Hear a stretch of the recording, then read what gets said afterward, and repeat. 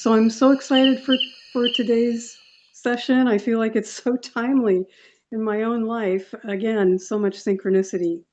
Living in a state of play. I love that. So I'll just turn it over to Amber.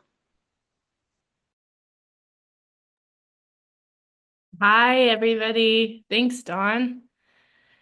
Um, I'm really so excited to be here today and to be talking about this.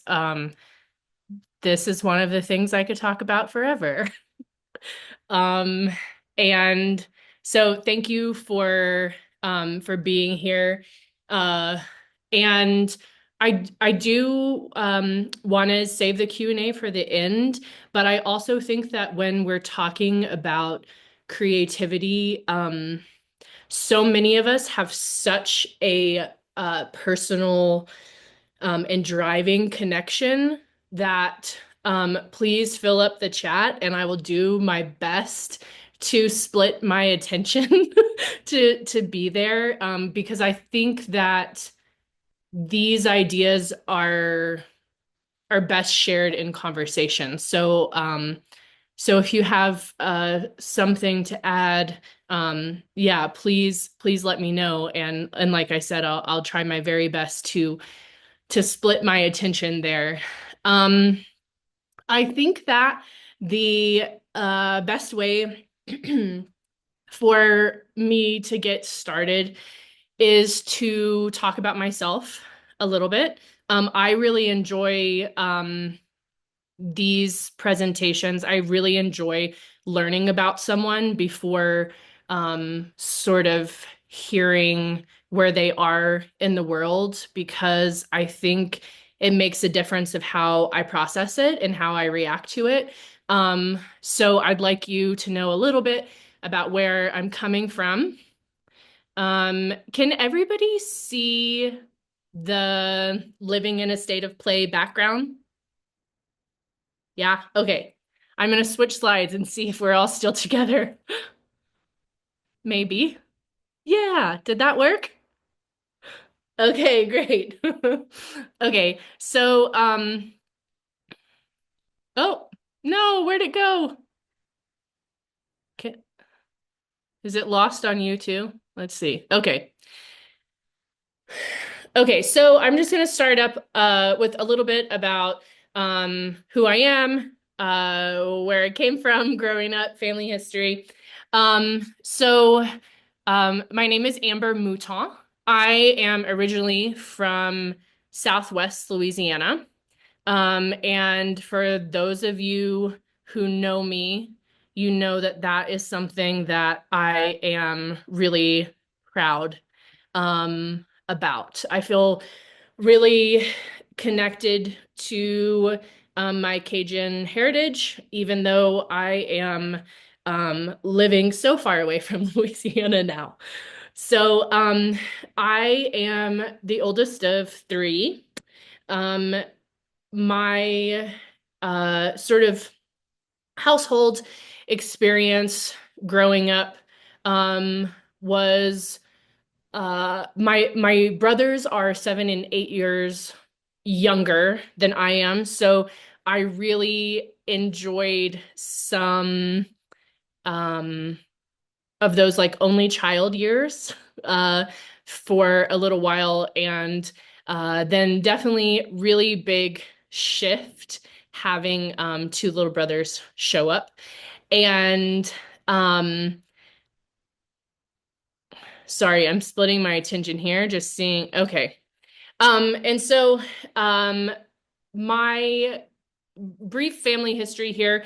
My mom and one of my brothers are diagnosed with autism, and my mom and one of my brothers are diagnosed with ADHD. And I spent a lot of my childhood sort of feeling like there were some major similarities in some things that we did, but then feeling like I was very different, even from them. And I think that unfortunately, a lot of that had to do with what a diagnostic process looks like, and just labeling that was happening in my family and that wasn't being given to me. Um, and so um, with that, my right now I am living in Jackson, Wyoming. I work in long-term care at and I am a life enrichment director. So, if you're not familiar with what that is, it is really working in creative arts and recreation and community building for adults who are in long-term care. Um, and I really love it.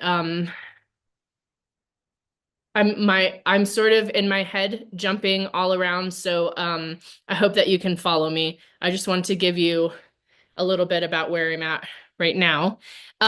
So I grew up in South Louisiana. Um, my childhood was definitely very interesting, and I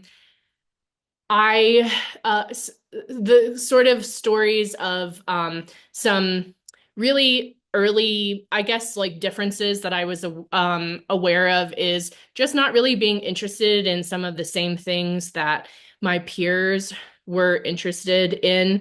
I feel really thankful that my mom was just very supportive through that. And she was a young single mom, and she just really didn't make a big deal about what was different, and um, really, sorry, there we go.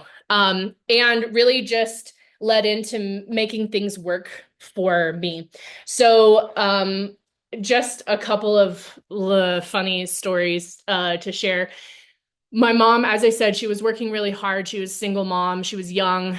And she noticed that I wasn't really interested in toys, or some of the other things that you might expect um, young children to be interested in. And in trying to gauge my interest and really let me be myself, she started teaching me how to make my own breakfast. She started teaching me how to make my bed. And then it got into teaching me how to read and how to write. And it's funny because I don't think we would generally characterize this as creativity, but I think maybe one of the first creative elements in my life that I really got into was penmanship. Now it's a little easier for me to put that in a creative box. But so my mom is teaching me how to write. She taught me how to write my name. And um, she was telling me that this was something that I was doing like so much of my day. And I really got, um, I don't want to use the word obsessed, but I really got into just tracing every letter so perfectly and sort of the beauty of what written words look like.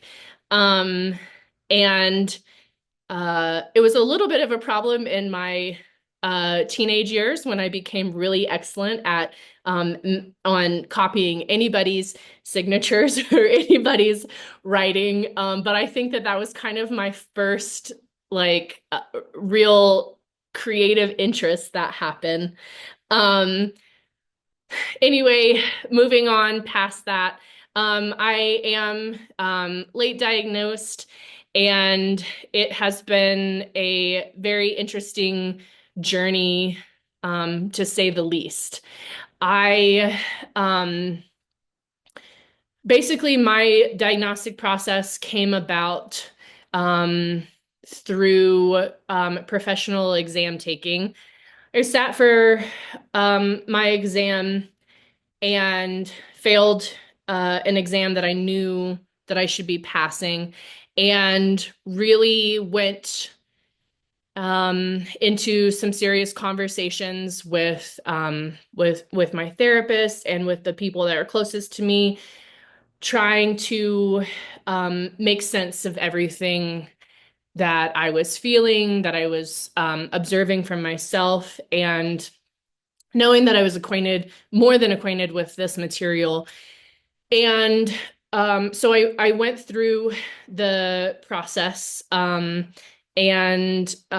just last year was officially diagnosed, and got the time that I needed for that exam, and it made a really big difference in my life. I know I'm cutting out lots of pieces here, but there is just, I guess the place that I'm coming from largely is um, having some differences in childhood that felt really loud to me, but that I was pretty much able to cover up, either to meet my own needs or to meet the needs of other people, probably mostly adults around me. And then in my adult life, it just really me coming face to face with where I was and what I needed, and maybe what I needed to do for myself there. Um, so I want to get into a little bit about my creative life. So um, if you are just getting here, so I'm originally from Southwest Louisiana, Lafayette, Louisiana, and let's see, when I was 18, I uh, wanted to get as far away from that place as I could, because I think that's what a lot of us do when we're 18. And I went and tried out music school, and that was incredibly challenging for so many reasons and was not working out for me. Um, One of the things that I was experiencing, so I am a French horn player. I've been playing French horn since I'm about 9 years old. And by the time I was in college, I was really trying to find myself. And one of the ways that I was experimenting with that was really getting into some jazz and wanting to take my instrument into that genre. I was in like a classical conservatory program, so the professors weren't really into that. And it was kind of a big deal. People were very adamant about telling me that I played French horn and I was going to be playing Mozart and Bach and Beethoven, and that I really needed to lose interest in Coltrane as fast as possible. Um, so I so what I did was I decided to leave school and then move to New Orleans and prove to them that I was going to do whatever I wanted to do with French horn. And I am really thankful for the time that I had living and working in New Orleans as a professional musician um, for about 10 years. I was playing and singing on average about 6 nights a week for about 10 years. I have toured some really amazing places in the country and out of the country, done festivals, just really the lifestyle of playing really suited me and suited needs that I didn't know that I had, until I had to leave it behind. And then it was really apparent to me um, that I needed those things that I didn't have access to anymore. So now we're fast forwarding to COVID-19 pandemic, and all of my gigs are shut down. Um, and for the foreseeable future, there will be no playing. Um, and so I went through this really deep grieving process about the arts not being valued and what I was doing not being valuable to people. And here we are in the middle of this health crisis, and there was this big feeling of like what who I am and what I do doesn't matter. Um, so at that time, my dog and I moved across the country, and I spent a summer in West Yellowstone, basically trying my hardest to be in Yellowstone Park every day and really searching for some renewal. Um, and there. And then I ended up in Jackson, Wyoming after that transition. Um, and I knew that this wasn't going to be, Jackson wasn't going to be a place where I was going to be likely playing professionally. I threw myself back into school. Um, I spent a lot of time working one-on-one with some neurodivergent teenagers, really loving that experience, and in some ways, really being more in touch with myself in those experiences. And um, I, while I was sort of nourishing one part of me, I was also really aware of this whole that I was not getting to be a part of an arts community that was really important to me. Um,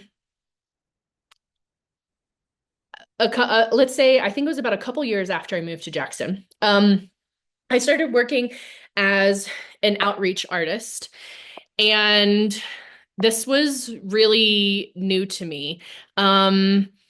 Just full honesty, I would have never considered myself a visual artist. Um, I sort of enjoyed looking at art and maybe like doodling. Um, but I knew that I needed to fill this like creative arts hole in some way. So I started facilitating art groups and had this really neat experience of making alongside other people. And people of all different backgrounds, um, so many different types of people, young people and old people, and everybody in between. And I was feeling really myself, getting to create and create often. And it was a schedule that was feeling really good to me also. And just this flex in the day where I was with preschoolers for 1 hour, and then I was with adults in long-term care in a different hour. I really loved that. And working in that position as an outreach artist really started helping me to get back in touch with my own personal creativity. So really from the group facilitation back into what was happening into my own house. And I was writing music again. I was playing my instruments again. I was playing with groups. I was feeling really fulfilled once I was back on a stage, which is a very safe, comfortable, exciting place for me. And I sort of really credit that coming back to myself from taking this huge risk and taking a visual art job. And so in that process, I'm songwriting again, something that I've been doing since I was really young, but everything is feeling just brand new to me. I'm in a different place in many ways, it feels like I'm relearning things that I once knew, fluidly. Um, but really stepping back into my creative self. And so through this journey, sort of reclaiming my personal creativity, I have felt it really necessary for me to be sharing creativity with as many people as I can, really seeing the benefits for myself in a creative practice and seeing the community building that happens in sharing the arts, sharing creativity, and making things together. Just really deep experiences for me, to be in those creative environments. So that's enough about me. Um, let's continue on this creativity train. So here's a couple of my categories, like living in a state of play for myself and then to share. And I just want to tell you a little bit about that. So when I say living in a state of play, for me personally, I'm really talking about engaging with the mother arts. So that's music, visual art, creative writing, poetry, theater, dance. Um, and really getting into what is imagination? How can I tap into imagination? How often can I tap into imagination? And then, sort of, some ideas that I'll talk about more in a bit are these types of imagination: primary, secondary, and the fancy.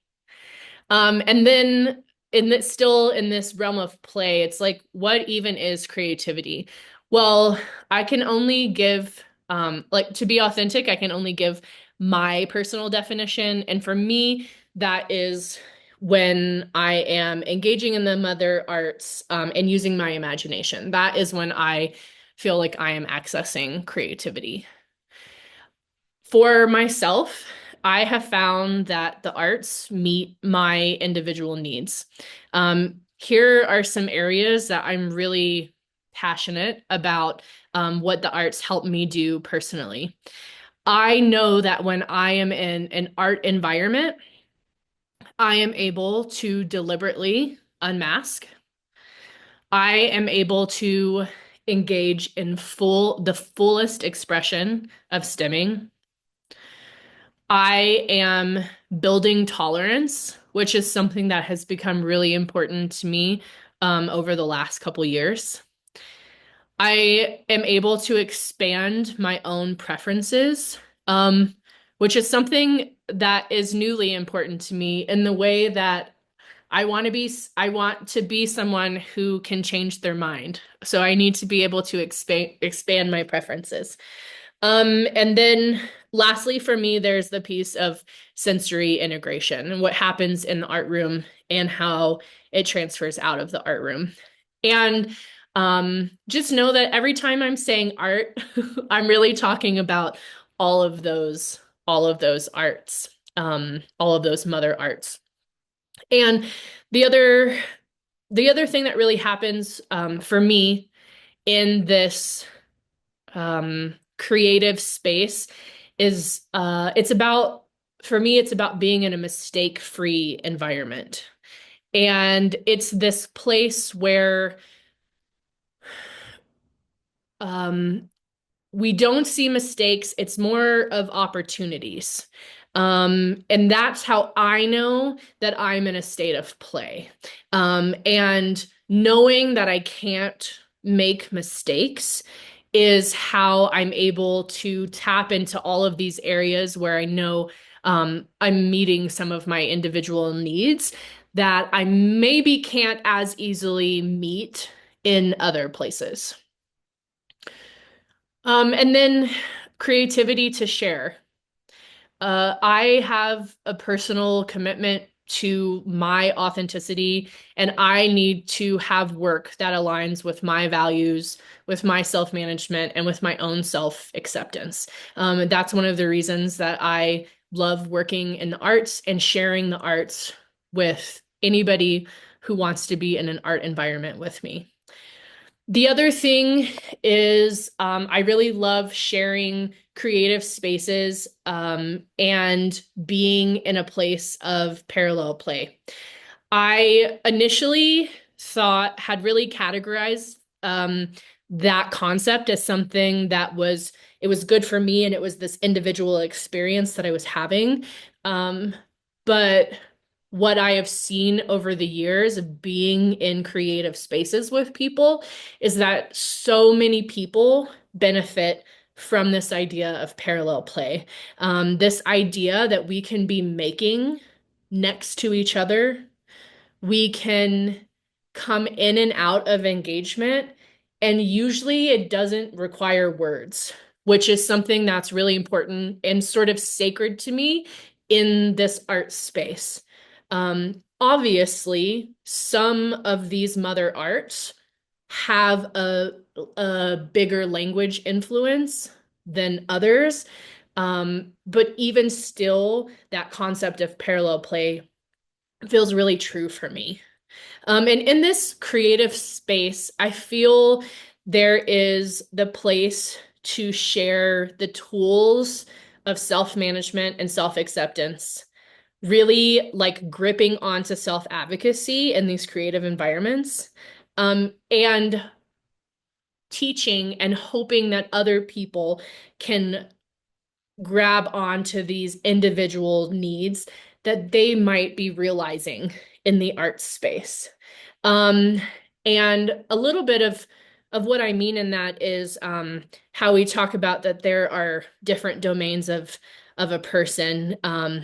There's spiritual and physical, and there's like 5 total domains. There's a social area, right? And what I've found is that when we are in these creative spaces, in these arts environments, and we are engaging in the way that is best for us, maybe it's parallel play, maybe it's not. It's really about not having rules is really the thing, right? It's engaging with the environment and the materials in the way that feels good for you.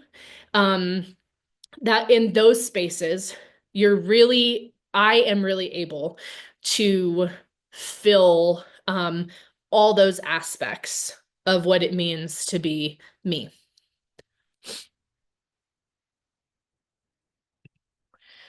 Okay, engaging with the mother arts. Here is just a belief that I have is that the arts belong together. And what I have found in creative facilitation is that a lot of us come to creative groups with personal barriers. Um, and I do my best to, in any way that a person needs to hear it or feel it or see it, that you have permission to play. You have permission to be creative. Creativity is our birthright. And it's sort of breaking down those barriers so that we can get to what we need. And people have we all come to this place with a different barrier. I heard someone once refer to it as monsters, right? It can be your monsters can be you know diagnostic labeling. Your monsters can be fear. Your monster can be a headache. We all come whatever to this space with barriers, and really, I think encouraging people or reminding people you have permission.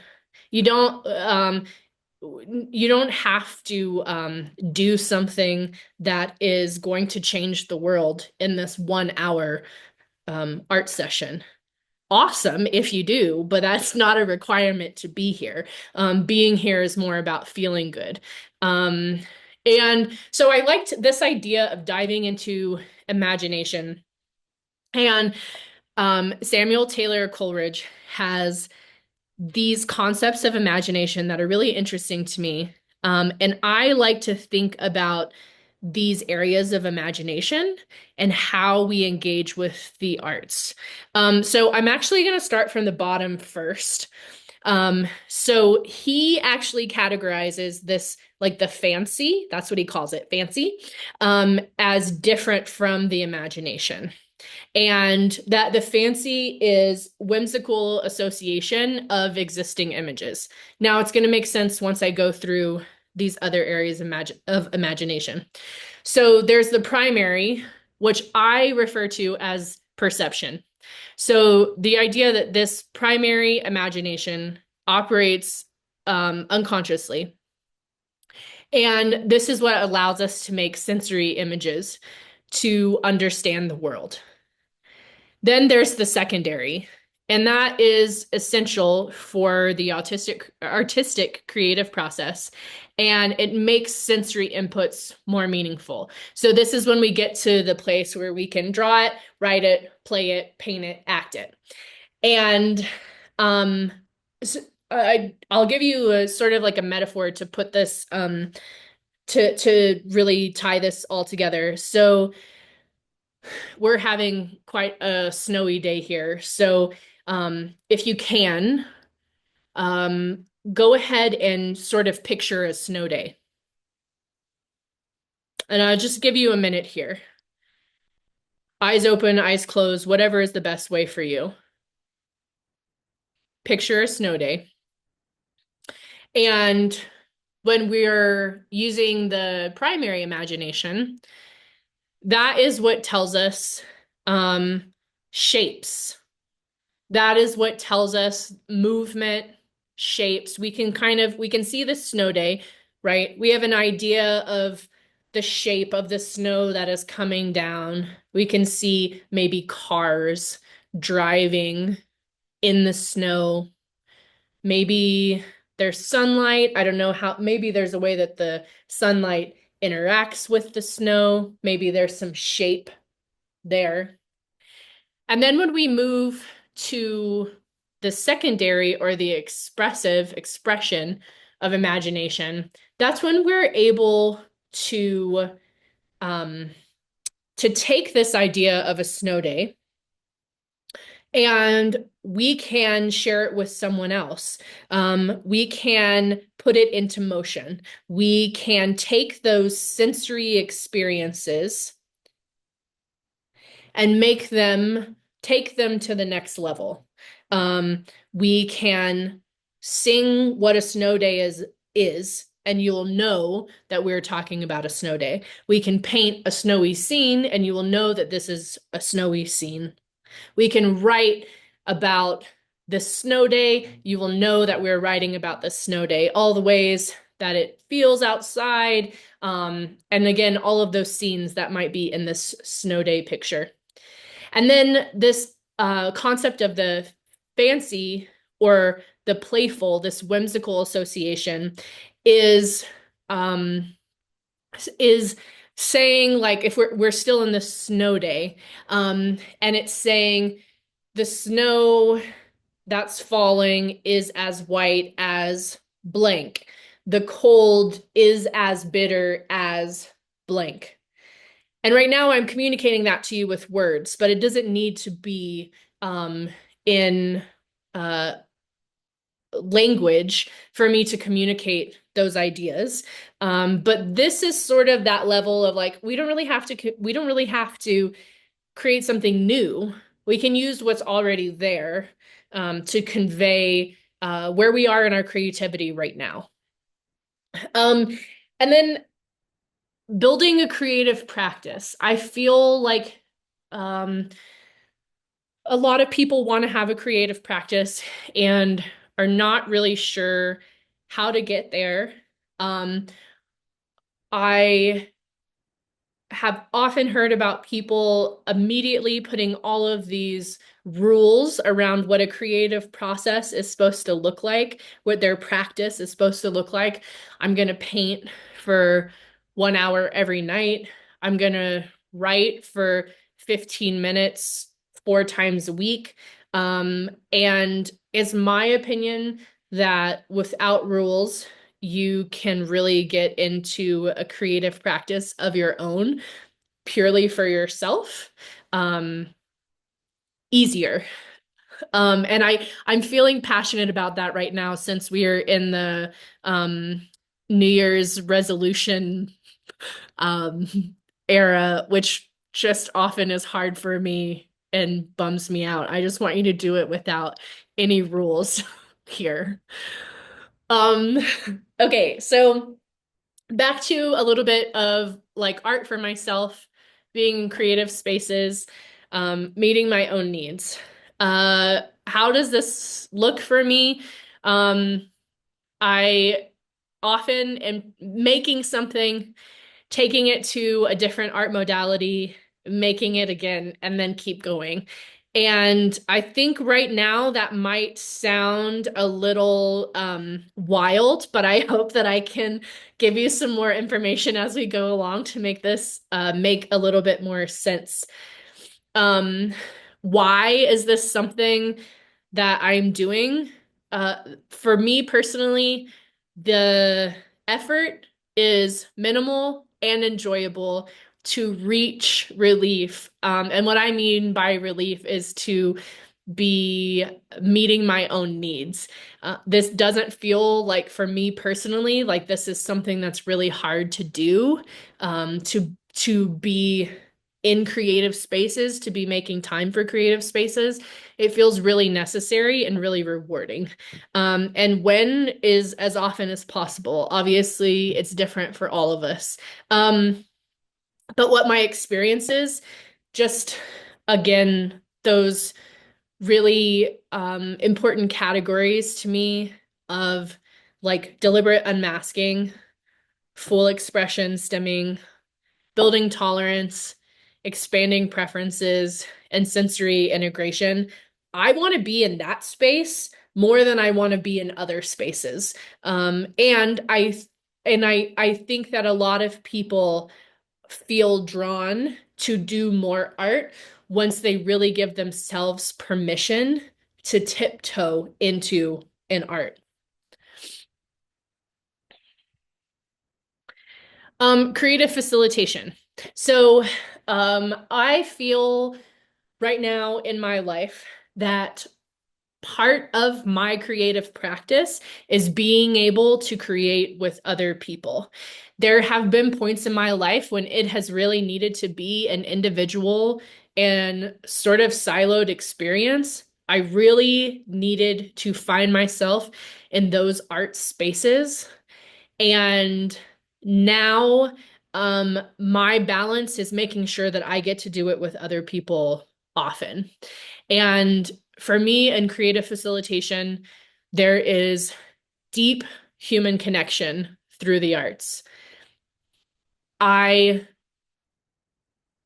love the opportunity to hear other people's stories without using words, to share my own story without words. I love being in environments that allow me to engage in parallel play because that is that is a better way for me to be socially engaging. Um, I appreciate that I am now in a place where I can really work on my own self-management in a group, in an arts context. It feels so much safer to do that I am able to really show up with authenticity and help and encourage others to show up with authenticity in these arts environments. Um, and experiencing my personal well-being intersecting with the collective well-being. Um, it feels very spiritual to me. Like this is good for me. I am in my element and I can come in and out of engaging with you in this creative space and to also have the sense that you are experiencing benefits too. And where those things intersect is really beautiful. I think that these creative spaces really help us to accept ourselves, to accept others, to accept intolerance. Um, because so much of what is hard or challenging in the world doesn't really show up in the same way in an arts environment. And then the more practice that I have in group creativity, the more that I see those benefits from the art space showing up in non-art spaces for me personally. Okay, so what does this look like in practice? Um, for those of you who are interested in starting a creative practice or building a creative practice or just really taking your creative practice to the next level, um, it's first like meeting yourself where you are right now, and doing your best to just really accept where you are. Um, my advice is to start with an art modality that feels like low pressure to you and to have little or no time commitment. So, like earlier when I was saying, people coming into these individual creative practices, like I'm gonna write for 15 minutes for 4 times a week. Um, if that is something that you know that works for you, great. I think the approach that I would suggest to someone would be, wouldn't it feel nice to be coloring while I'm drinking a cup of coffee? I'm gonna have a cup of coffee, so why don't I know tomorrow when I wake up, I'm gonna have a cup of coffee. So why don't I go and get a coloring book and some color pencils so that tomorrow when I do that, I can color while I'm drinking coffee. And it doesn't feel like this thing that you have to do. It really becomes something that is that's enjoyable for you.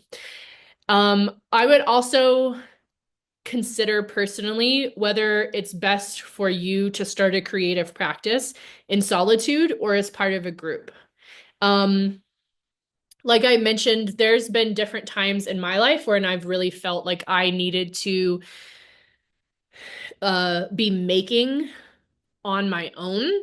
And then there are other times when as a facilitator or not, just really enjoy experiencing the arts in a group. So like an example of that, so for me, something I'm really excited about is I know that next month I'm going to do this 4 weeks of tap series with a dancer choreographer friend who's leading a tap workshop. And that might be a really comforting way for some people to jump into a creative practice. I know it's only going to last 4 weeks. It's not a situation that I am committing to um, months or years. It's something I'm going to try out for 4 weeks. And I think what is really important about getting into a creative practice is remembering that you get to create and recreate and that you get to stop and you get to start. Um,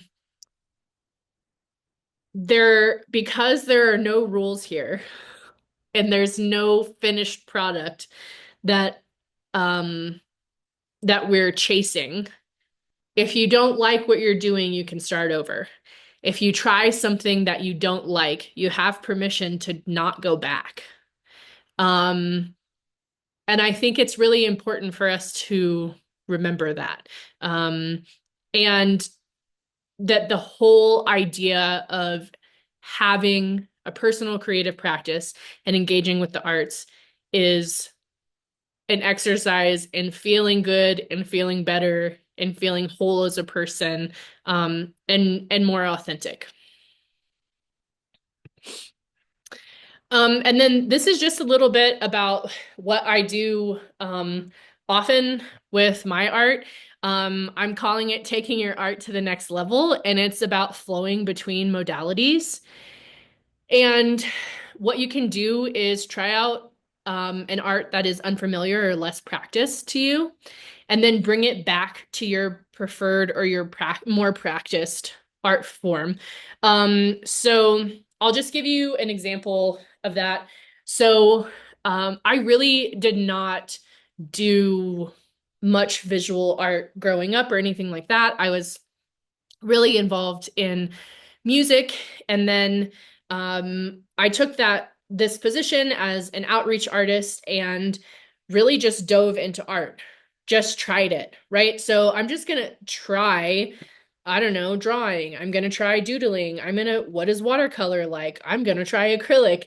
And once that was something that I felt really good at experimenting in, then I was able to pull it back to an art form that I felt really comfortable in, which was music. And that could be putting sound to what the visual art is. It could also be putting like words and sound, like in songwriting, to what that visual art is. And I found personally that sort of flowing through the modalities, that there's like a heightened expression that I really feel like I'm taking my creativity all the way through. It's like taking a full breath and a full exhale. Maybe um, starting with a poetic statement. Okay, how does that poetic statement move? Okay, it moves like this. What does that movement sound like? Okay, it sounds like this. How does that sound look? Um, it's a really enjoyable way to play, is what I would say. And for me, it feels like traveling through the senses. That's the best way for me to explain that. Um, I know we are now coming up to when we should start our Q&A. I have sort of some fun interactive things to kind of prompt people unless people have some questions.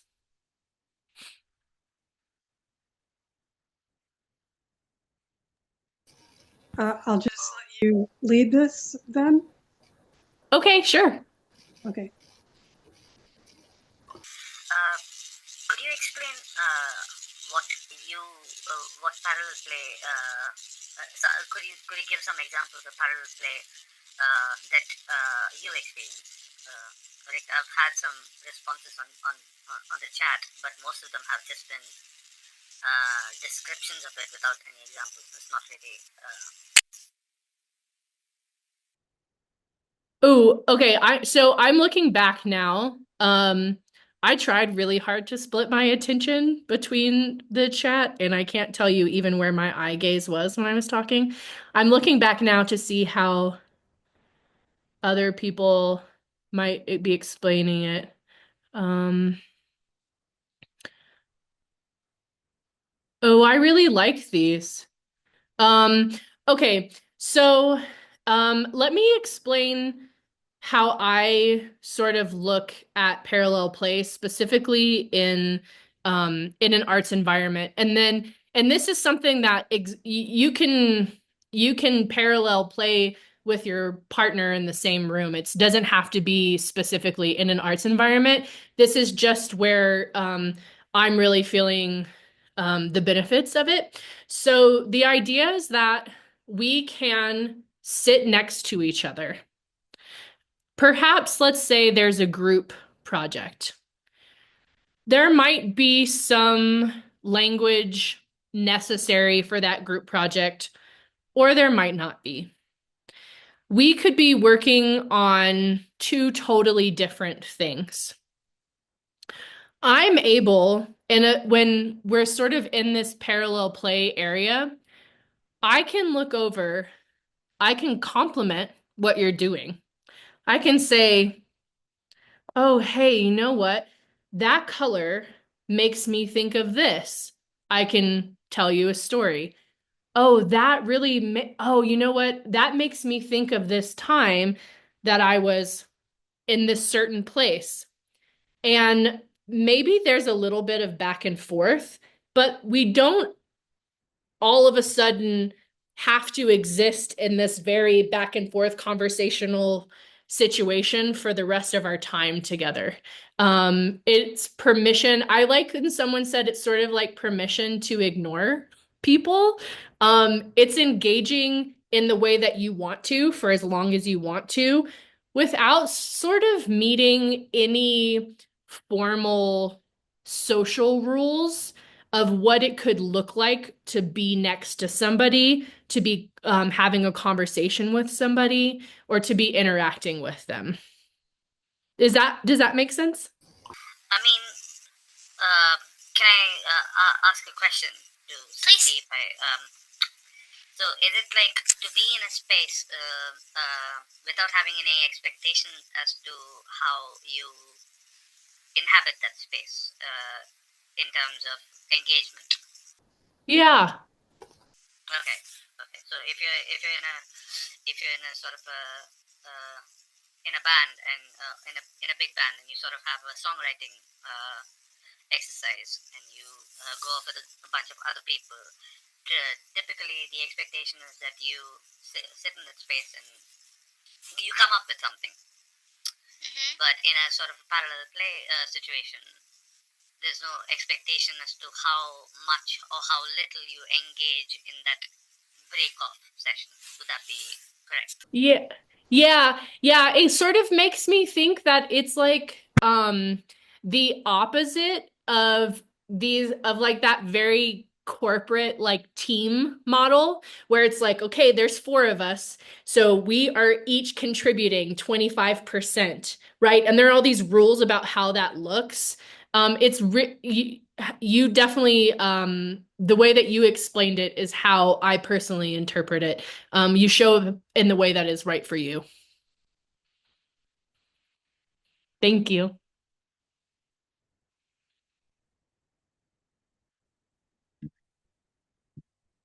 Anybody else?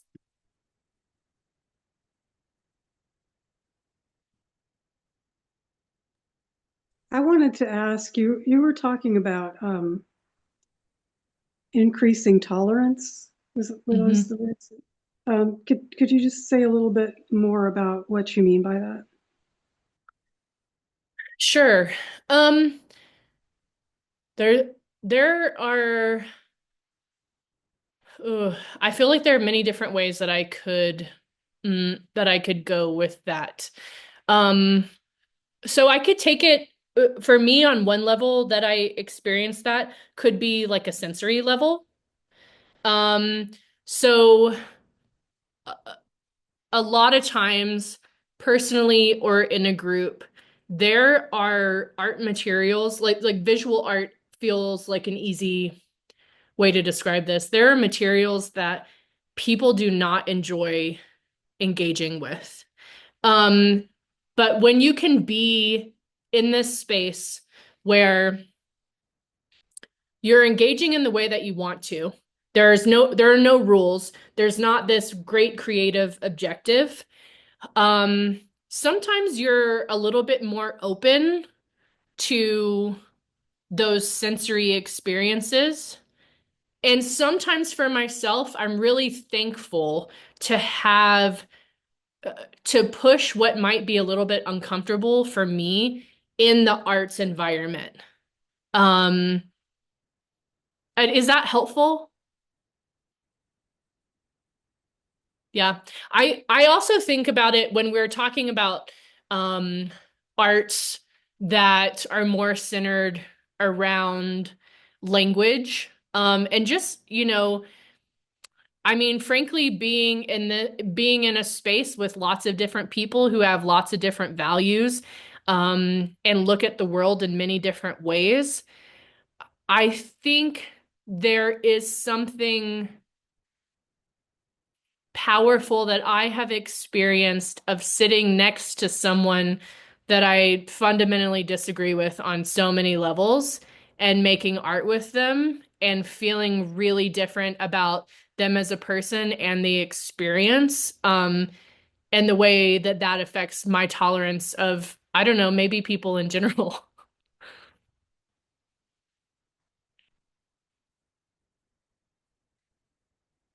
It feels like a safer place to do that.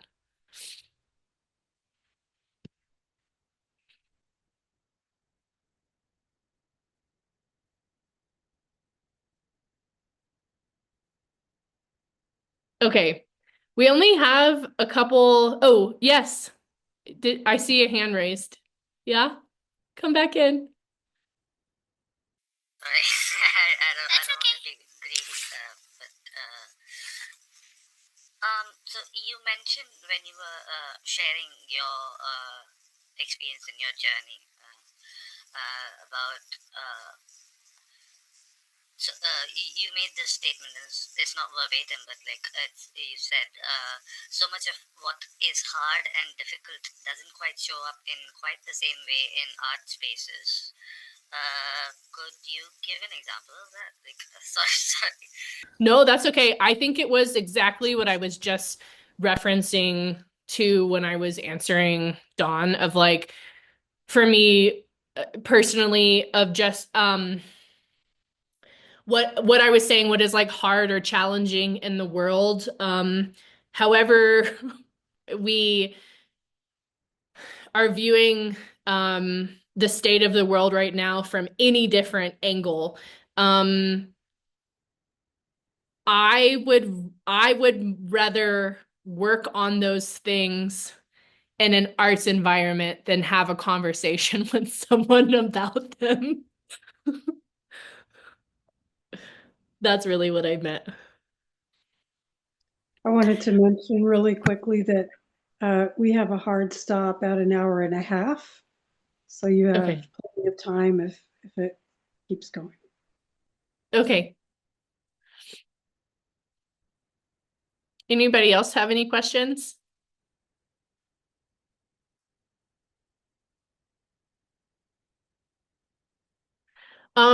Okay, I just want to, since we have a little bit of time, I wanted to show you um sort of these exercises that I do. I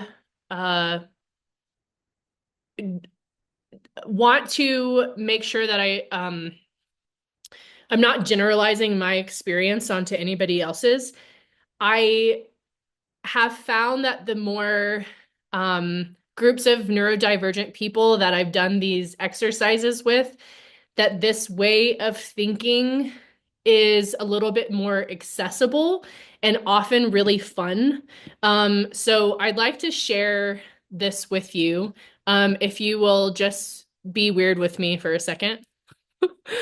Um, so I don't know, for some reason when this is up, I can't. Can you see my screen? Am I screen sharing with you right now? I just see you. You just see me. Okay. Let's see. Let me try again.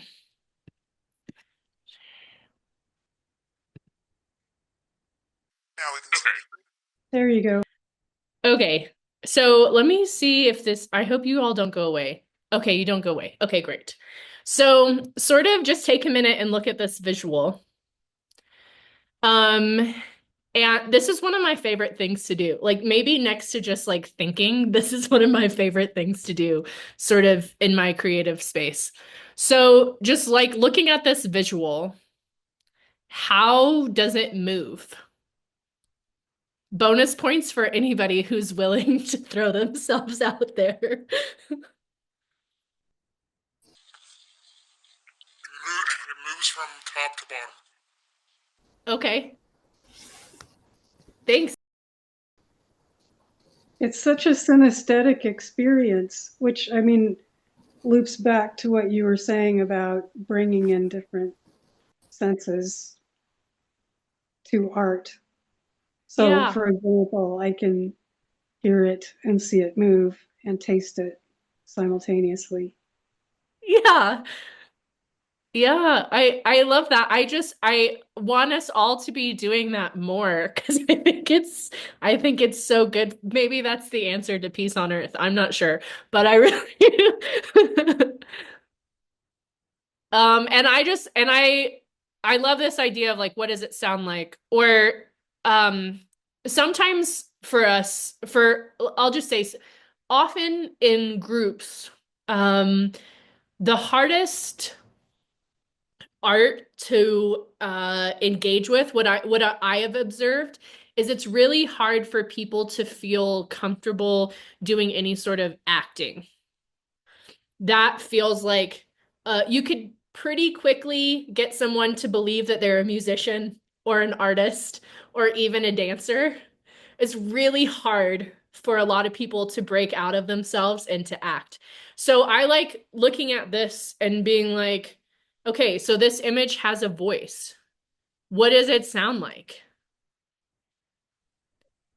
I heard a John Coltrane jazz solo as soon as I saw this because you see the fluctuation of the speed of the movement. So it's like the sustained notes and the combination.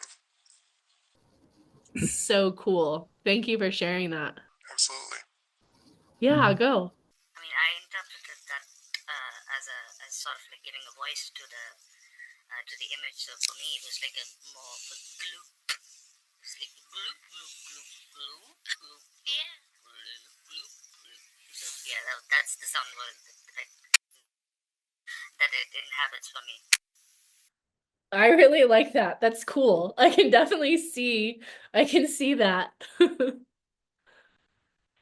And then what about, would anybody feel comfortable sort of sharing a statement that you connect to this image? Maybe if there was like a word that jumped out to you when you saw it, or a feeling, a couple words together. For me, it's chaotic calm. Ooh. I Really like that. chaotic calm. Yeah, I find it both soothing yet also enticing. Yeah, I would definitely agree with that too. Somehow I could stare at this and maybe like go to sleep, but it also sort of sounds like this raging bebop solo in my head too at the same time. Yeah, it's really. No, go.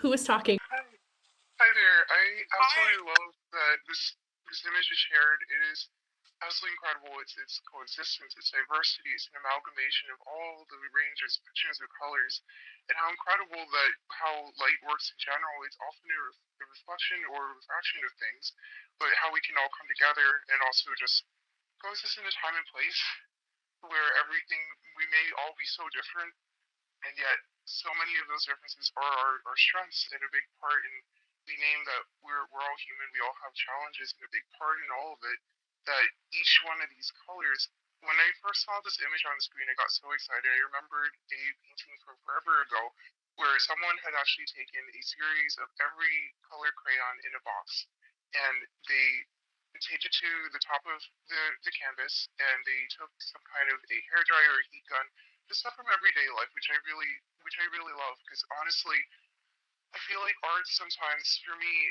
has come from it should not be this gatekept privileged thing, and there's a lot of times, especially working within like um kind of being on the outskirts of the arts, photographing jazz, listening to other musicians, and being within kind of backstage and theater and things, but that it feels like a lot of times the arts, and especially in jazz, that it's this kind of rich person's lofty experience, and it should never have been that way. And also learning more about history, and that so many different roots and the, the people, the culture, the history, the stories, the backgrounds, the lives that people bring into and create with each other and on our own to both cope with the existential weight of existence, but also just coming together and celebrating joy as this world and all of its challenges and the noise can be so incredibly divisive and will distract us from we are all more alike than we realize.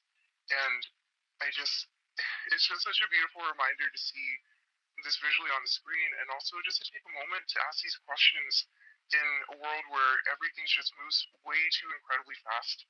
And it is really such a gift to be able to kind of just slow down, even for an afternoon, even for a moment, to just kind of ask ourselves these questions. And I, my brain's like swimming right now. Like all of a sudden, it's going to the Senate hearing of 1969 with Mr. Rogers' Neighborhood, talking about pitching the very first phases of Mr. Rogers' Neighborhood there's a phrase he says in there. He's actually quoting a child he worked with, and just the very starts of it. I highly recommend the video. But he talks about, what do I do when the world seems oh so very wrong, and nothing I seem to do seems oh so very right? What do I do? What can I do? I can stop anytime I wish. And so much, nothing good comes from rushing, but a big part in what the world and everything, and so many under this the current systems, the people around us, the demands and expectations will tell us, will demand as most urgent and put pressure on us, isn't always the most important. And what actually is the most important doesn't always have the opportunity to have a loud urgency. And so kind of seeing this painting and taking a moment and just connecting with other fellow neurodivergents, being late and recently diagnosed myself, it's such a gift. And also it just reminds me as well of the kind of 5, 4, 3, 2, 1 of something I learned recently of grounding techniques, and asking yourself, okay, just noticing what's around just all the different senses. And I ramble on a bit, but my goodness, it's so lovely to hear everyone together talking about this, because it's, I think that there's a just there's a line from a movie that's just come out recently, and it's, why did we cover up all the colors stuck inside our heads? And just then the collective course of all of it, and also the experience. I think the tapestry is not the word. It's, I think I saw one of the most beautiful visuals for explaining just kind of like maybe sharing the perspective of neurodivergence with all of the synaptic pruning and neurotypes, and just all the different branches of our brains, where it was on a website called Embrace Autism, and it was I believe a Japanese artist, the whole entire room that is white and blank, and the artist has actually just put paint splatters everywhere of all colors, all over the table, all over the chairs, all over the rooms. And I know that it's learning now with bottom-up processing, and also with all the different ideas and perspectives and paint thoughts. It's just so incredible to be able to see it, and have it actually have a moment to just breathe. I think that sometimes there's it's multiple truths. It's multiple truths. I think that a lot of times people may hear just focusing on the just naming it, learning to. There's a book by PhD Devon Price about unmasking autism, and it talks a lot about how disability is too often viewed as this horrendous, horrible thing to be hidden away unless there's something of value to be exploited. And so, not to, like, naming that too often there's toxic positivity in a sense of have to rewrite all of our stories, and oh, it's a superpower. And I've been told recently, oh gosh, I wish I had your flavor of neurospicy, and that how much I can get done if I had the spreadsheet and art kind of. But just a big part of it, it just, we're not meant to just be valued on what we produce and we're humans. And also it erases a lot of the challenges and real lived experience that we have. And just coming back to the painting now, just got off for a second, but specifically really I think that too often when we're told we're too much and not enough simultaneously, and just by so many different ways and so many different voices and sensory inputs and situations, it really, I think that working with other survivors, as Darn is saying, the most heartbreaking thing is when we can internalize those things that we may experience or hear externally, especially if there's violence and harm done in this world. And a big part in it is that really, truly, also especially hearing today, that ways to engage with the arts and just the spaces you exist in, where we're allowed to interact how we want to, and that we can start over, we can stop, we can come back, we can, however, and just having that agency and autonomy. I think that learning about the term of PDA and the term coined as pathological demand avoidance is really actually persistent drive for autonomy, and how that is absolutely needs to be, is, and should be a human right. And I'm so glad to hear. Way for us to take that back. Yeah, thank you. Thank you. Thanks. I'm glad that that resonated with you. I think what sort of what you were making me think of is, it's like any day you can turn on a podcast or television or whatever. And I mean, especially if you want to, but even if you don't want to, you can hear something horrible happening somewhere. And when I just think about like, okay, I'm just gonna make this how I want it to be, I don't want to be thinking about these things. I want to, like, I'm trying to decide what does the color purple sound like? That's what I'm interested in. I want to, like, that's what I want to be having these kind of conversations and looking at images like this and really just stretching myself in that way. Thank you. I see your hand was raised. Hi, thank you so much for this presentation. Thank you. I was thinking of a statement about this, and the statement is that life is an ever-changing, drippy, somewhat magically integrated rainbow of constant change. Oh, wow. I love that. Thank you for sharing that. How fun. Okay, I know we really just have a few more minutes. And I just want to show if you're enjoying being in this fun place with me right now, I just want to show you some other things to sort of think about. Is sort of this sound experience. And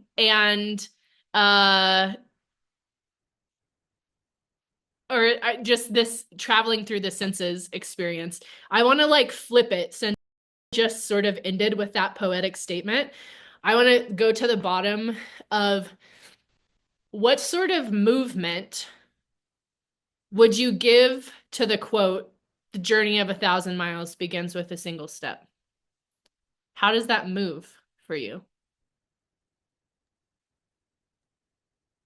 Complete stillness, Ooh.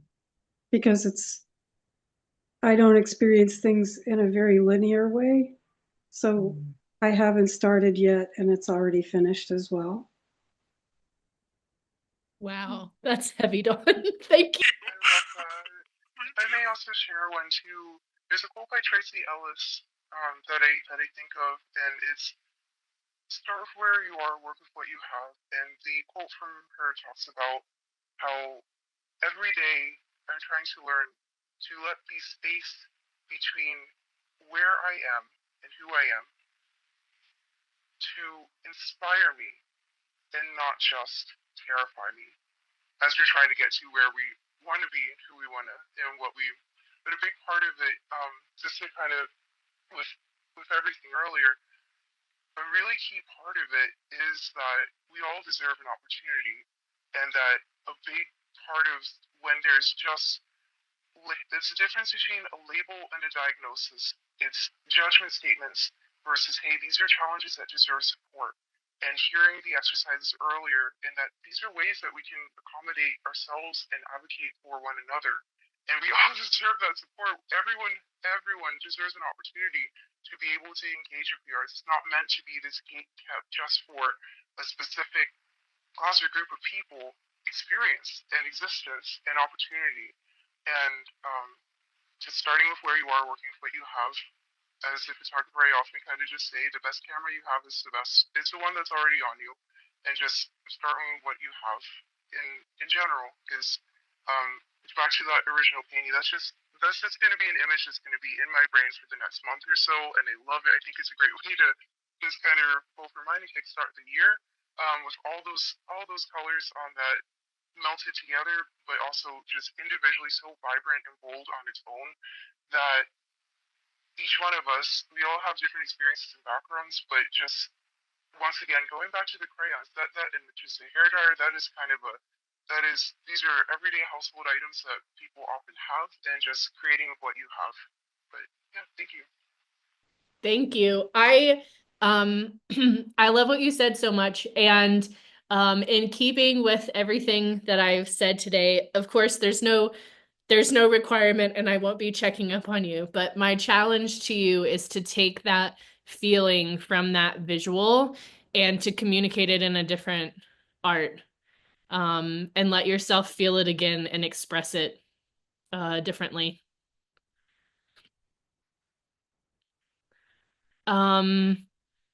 Okay, I think we're just about out of time, unless anybody has another question. Oh yeah. Sorry. Could you? Yeah, I have like a two-parter. Well, the first one was, could you repeat the challenge because I was distracted by just what was going on in the chat. And so I didn't quite follow that. And Sure. the second was, I wanted to know more about this meeting. Is this something that happens regularly, or is it like a one-off thing? And I just realized that I actually have a third question, which is that is the recording going to be shared, or is it for your personal archive? I can jump in just to answer. Please, thank you. Yeah, if you go to I run the Facebook part of our social platform. If you scroll all the way over at the top and find the events button, you can push that and all of the events coming up will be listed, dates, times, a little bit of content. So there's that. And also we record all of these and then my partner here, Roger, anonymizes them so that people are kept safe, and then they go up on the YouTube channel, and I post that link from time to time on Facebook as well. Could you share the name of the Facebook group or Facebook page? I don't remember how I got the link in the first place, but I'd love to see it again. It's Cultural Autism Studies at Yale. We call it Casey for short. You can look it up either way.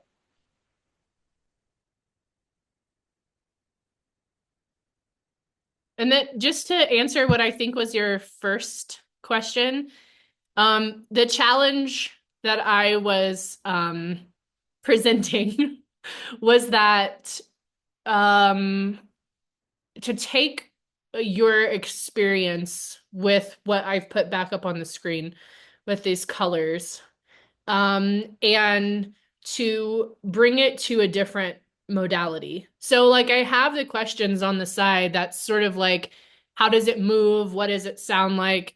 But my challenge is for you to just like take it to the next place. I mean, if you wanted to, and probably for some of us, there is sort of a whole song playing at us, right? There's a whole poem that is at our fingertips. So give yourself permission to play and go express it.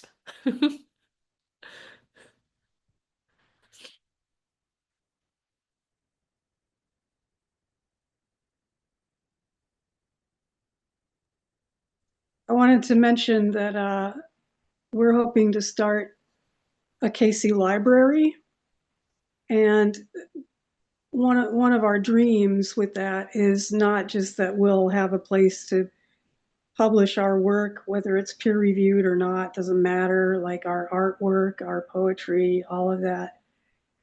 So part of the dream is for that to become sort of shared space where people can enjoy it synesthetically, with permission, even add to different pieces that people contribute. I really love that idea. So hopefully that'll be coming up before too long. And I just want to make sure that everyone has had a chance.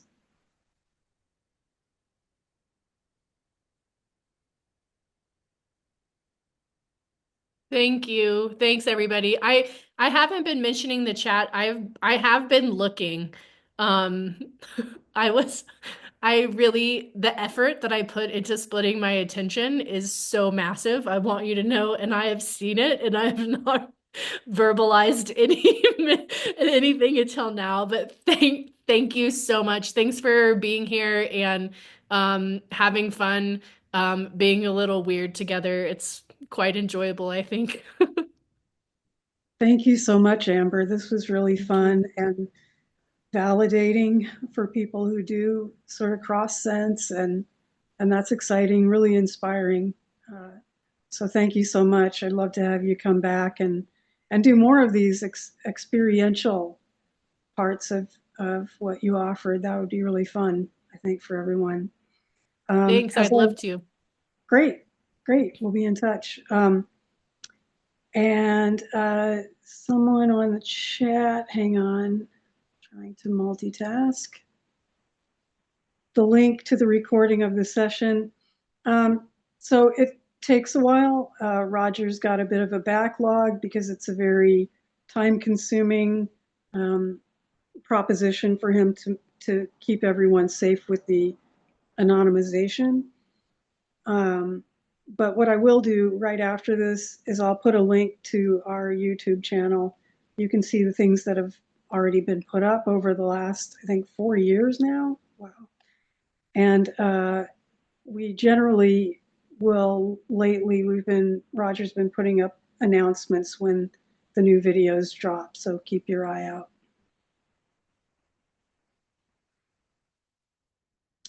Okay, thanks so much. And as I was saying, if you are on the Facebook platform, you can scroll over to the event button and see all the things that are coming up. We're so booked at this point. We had such a great year. We're going into spring on the calendar, and even starting to think about scheduling things for next fall already. So wow, you have all made this such a successful group, and the group itself I think of as a piece of artwork.